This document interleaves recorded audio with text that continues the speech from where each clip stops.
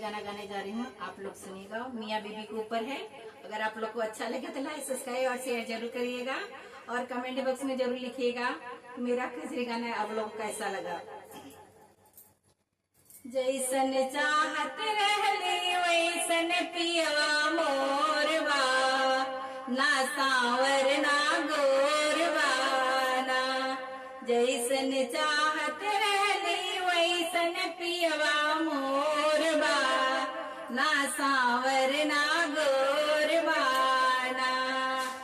धैन नरमी कलाई दियन जीवना पर बैठाई, पिया धैन नरमी कलाई दियन जीवना पर बैठाई। उत देखे न कलैया में जोरबा, ना सांवर ना गोरबा ना।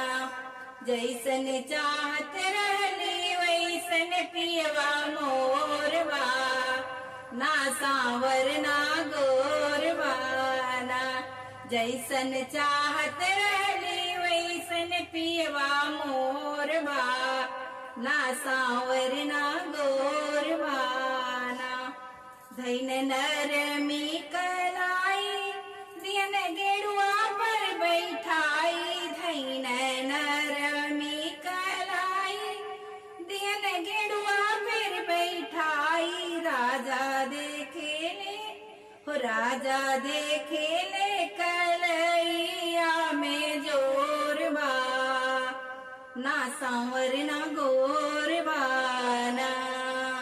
जैसन चाहत रहली वैसन पियवा मोरबा, ना सांवर ना गोरबा ना।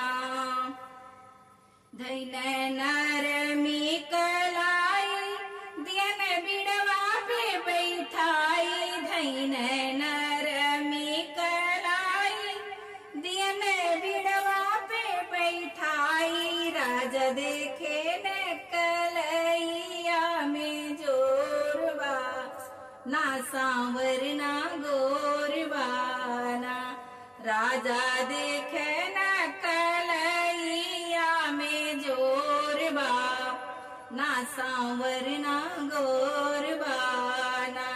जैसन चाहत रहली वैसन पियवा मोरवा, ना सांवर ना गोरवा ना। ना सांवर ना गोरवा।